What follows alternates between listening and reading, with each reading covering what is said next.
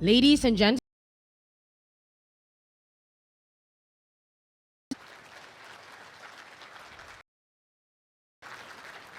for the invocation,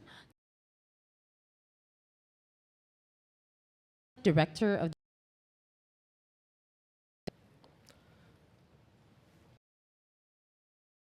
Let us invite the energy. O loving and merciful God, to the dreams that are yet to come true, we still pray to you. We still praise you. We continue to thank you like any other. Today, today we pray for them and their before them. We first offer thanks for the success of their journey.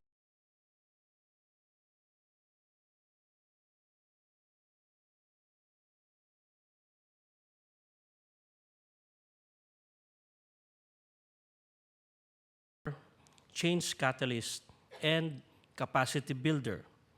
We have assisted public managers like you in shaping public policies, crafting innovative development programs, and building a culture of cooperation between and among the various instrumentalities of government by being true to our mandate as a research think tank, a training, education, and consulting institution of the Philippine government. The 20th year management, the FM program, President Corazon C. Aquino,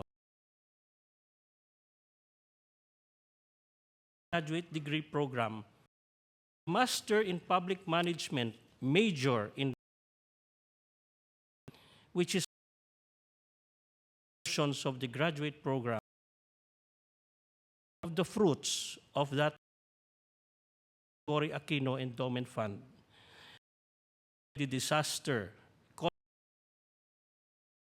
the 146 local government units in crafting an innovative degree program that to fill in the gaps in the disaster risk reduction areas.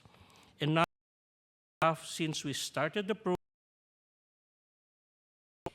not only have we completed the required equivalent,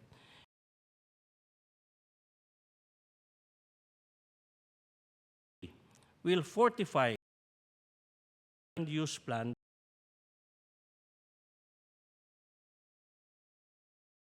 and climate change adaptation. You have achieved something very significant today, but this, I remind you, is just the beginning. The call for a sustained, participatory, and inclusive governance rings louder. And be more creative in our responses from this afternoon with and support, not only for the academy, but also for this presented here by His Excellency Ambassador USAID in the Yolanda, many others. To all of you, new brand of service through your interventions in your communities, because from theoretical inputs from the team and sharing of experiences from introduce to address actual problems, issues, and concerns in your localities with the help of your would be better than yesterday. Thank you very much, Mr. Kala, with the presentation of candidates.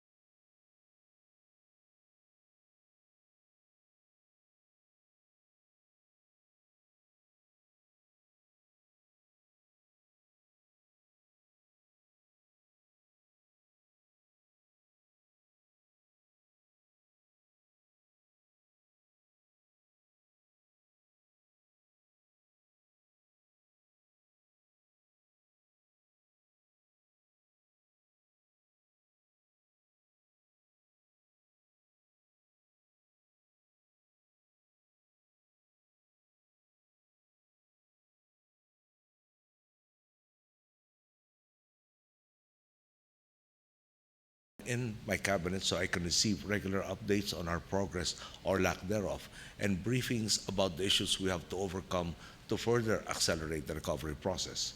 This brings me to the value of the education you have received during our time in the Development Academy of the Philippines. The goal has always been to build back better at the soonest possible time. But one of the issues that has hindered our efforts has been the general lack of individuals with sufficient technical knowledge. To give you a very specific example, to fulfill the requirement of submitting a rehabilitation or recovery plan, one needs the expertise, amongst others, of structural engineers, which unfortunately not all municipalities have. This means that the DILG and the DPWH have had to augment the capacities of these LGUs so that funds can be released in accordance with law. Engineering might have been part or might not have been part of your curriculum, but I strongly believe that your 39 units in public management, local governance, development planning, and disaster risk reduction and mitigation can make it easier for us to prepare for disasters, undertake relief and recovery operations, and most importantly, build back better, thus accelerating our progress.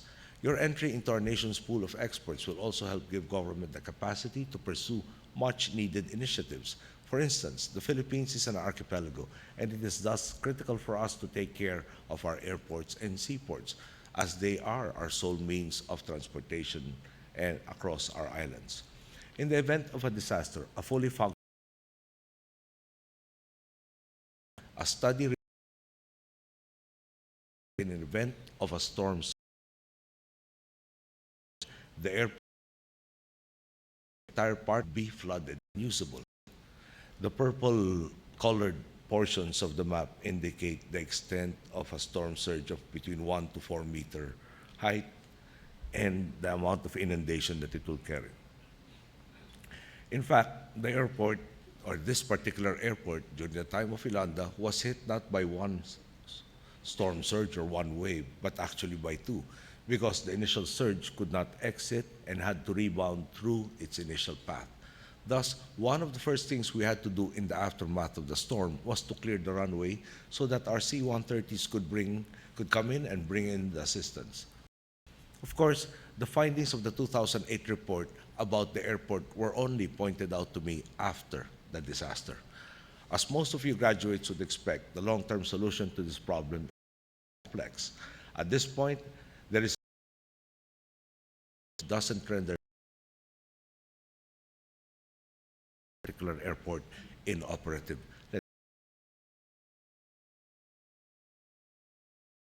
Practically the same condition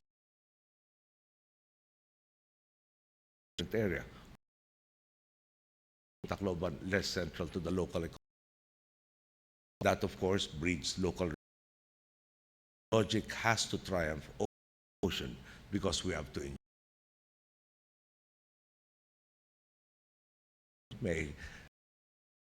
where the purple line is not confined to the peninsula, but to quite suggests that it isn't a question of whether or not they will be affected by typhoons or storm surges. It is a question of when. These zones have been designated as such because living in those areas guarantees by a sooner or these initiatives. Your whether it's ensuring the safety of the people, addressing their issues on relocation, or planning the construction of infrastructure based on scientific evidence. Of course, I will not be able to shepherd this process alone. Actually, after 93 days, the responsibility will pass to another. And I'm glad that we have reliable graduates like you who can continue such work regardless of what happens in May. At the end of the day, the fact is that we were hit hard by Yolanda, and lessons should be learned, armed with your new Build Back Better, so that we can avoid similar tragedies down the line.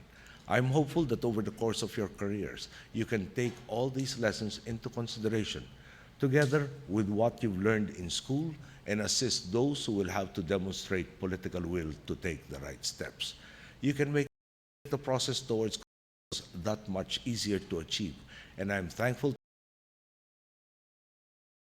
you who have committed so much time and effort out your careers in public service. Of course, are not alone, that your batchmates, like-minded Filipinos, are working in pursuit of our collective progress, and that together we will prevail. In just 3 months, I will be stepping down from the presidency over the easy wrong. All the successes we have achieved over the past 5 years and 9 months have been a result of a Filipino people that has been more engaged in the quiet work of nation building. And I have faith that this will continue, that our people will choose the right path and continue to build a Filipino nation that can care for each and every citizen and that can truly shine on the world stage. Thank you, and my most sincerest congratulations on your accomplishment today. Good day. Thank you very much, Mr. President, for your inspiring words. At this point, we will have a photo opportunity with President Aquino, Ambassador Goldberg, Secretary Sarmiento, DAP President Calao, and Dean Mercado. First group to take their photo are students 1 to 50.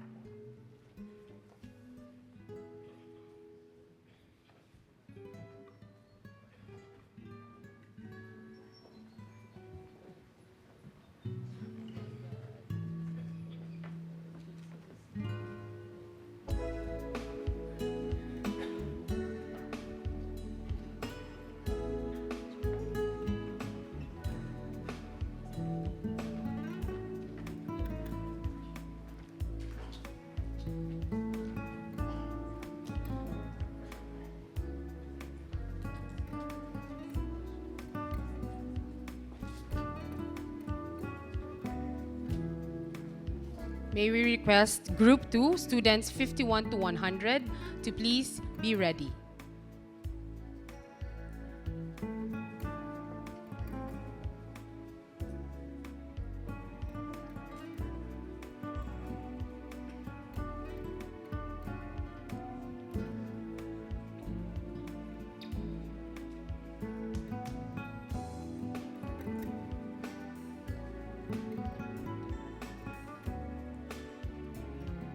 Thank you very much, Group 1.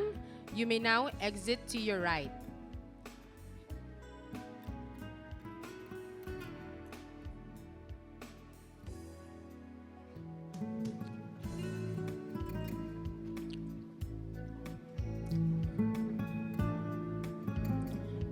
Group 2, students 51 to 100, please take your positions.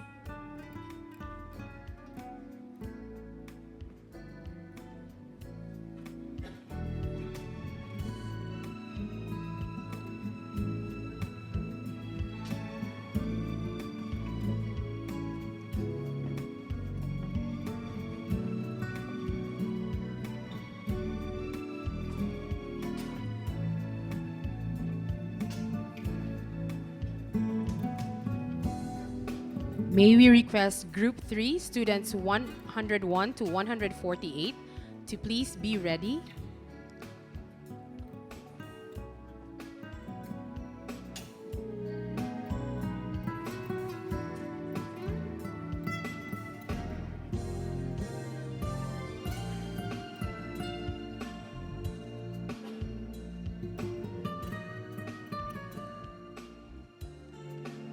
Thank you very much, Group 2. You may now exit to your right.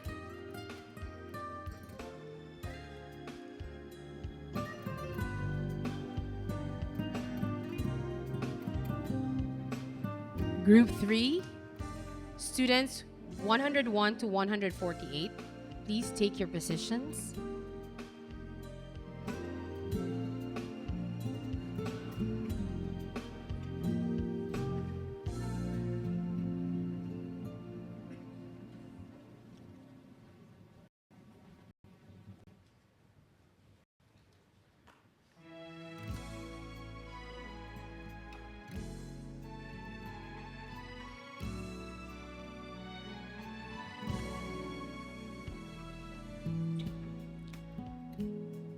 We will request Group 4, DAP officials, faculty, USAID, and LBG to get ready.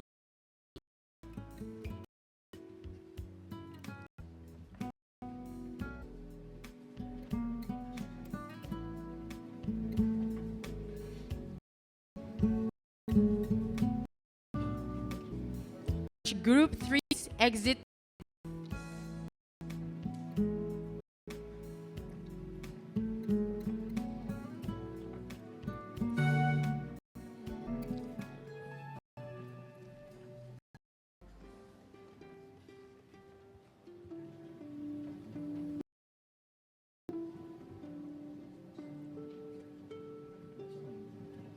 Thank you, Mr. President, and good afternoon.